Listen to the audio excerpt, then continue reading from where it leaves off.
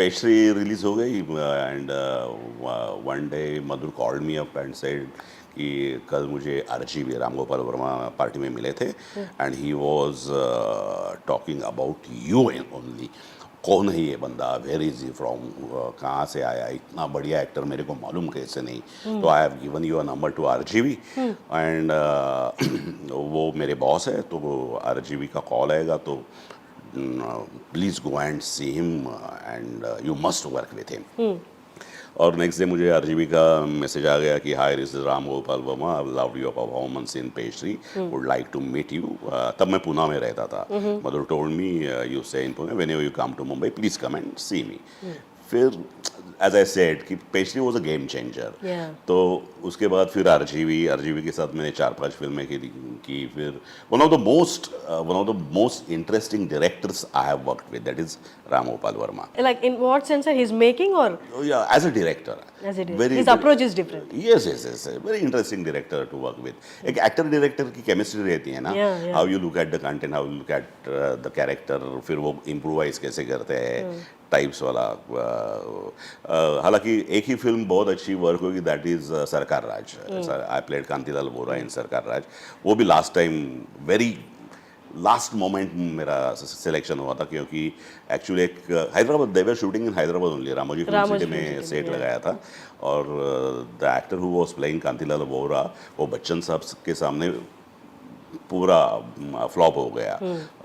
उनके मुंह से डायलॉग ही निकल नहीं रहे थे एंड शूटिंग पैकअप हो गया and we was very upset.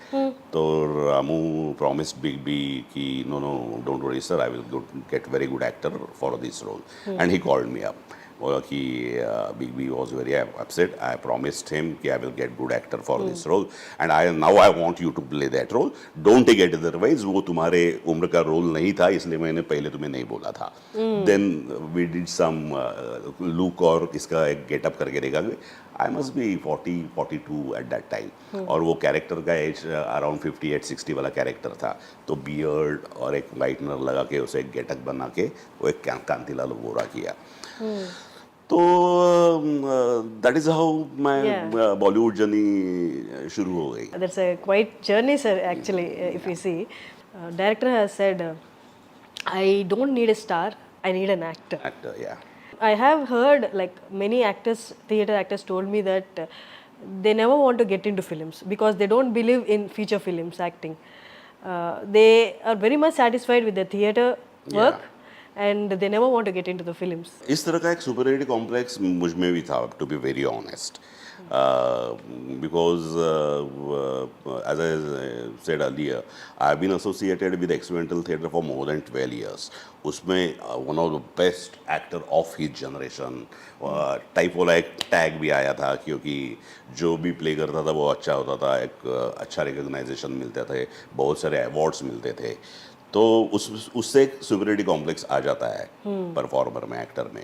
फिर उससे लगता है यार हम जो करते हैं वही सही है, वो कमर्शियल वो हम नहीं करेंगे, टाइप वाला एक कॉम्प्लेक्स आ जाता है ना।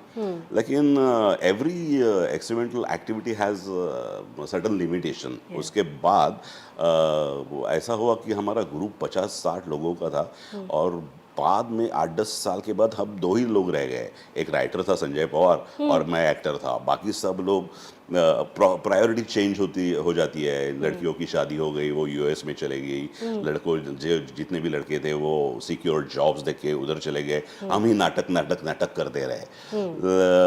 फिर मुझे जब रसिका का फ़ोन आया, जैसे मैंने पहले बताया था, तो मुझे ऐसे लगा कि यार जो सुपरियरिटी कॉम्प्लेक्स मुझ में है, let me go there and let me check myself. अगर मैं सचमुच में अच्छा एक्टर हूँ तो मैं कमर्शियल में भी सक्सेस हो जाऊंगा। अगर मैं वो नहीं कर पाया तो I am not that good actor. Just get out of your comfort zone. Yeah. So मैं बोला कि it is a new beginning, let's start, love all, start again type वाला खुद को समझाया था। Everything went smoothly क्योंकि and most of the things as I said कि वो डेस्टाइन भी है कि जैसे विनय आप्टे और मधुर भांडारकर का एक कॉम्बिनेशन होना, फिर विनय आप्टे सर ने उनको रिक्वेस्ट करना, फिर मधुर का और मेरा एक केमिस्ट्री बन जाना, उसने मुझे प्रॉमिस करना कि मैं तुझे एक दिन ऐसे रोल दूंगा. As I said he is a man of his words and he gave me that pastry वाला कॉप. पेस्ट्री वाले कॉप से फिर आरजीवी की वजह से बच्चन साहब के साथ काम. So nothing was planned. As I said मैं हमेशा कहता हूँ कि I have not planned anything, कभी भी कुछ नहीं किया. You just keep on trying and try to give your best. Let someone else like Madhur Bhandarkar, Ram Gopal Verma, SRV, let them plan something for you. They are there. You just keep on trying and try to give your best. लोग हैं आजू बाजू में, वो देख रहे हैं, वो उनको पता है, दे आर सेंसिबल पीपल. अगर आपके लायक कुछ अच्छा काम है तो वो आपको मिल जाएगा. It is only your performance जो आपको अच्छा काम देता है. नॉट गुड मॉर्निंग वाला मैसेज, नॉट हैप्पी दिवाली वाला message, not how are you, so nice to follow वाला कॉल और message. It is only your performance जो आपको एक अच्छे काम की प्रोबेबिलिटी ओपन करता है. That is what I believe in.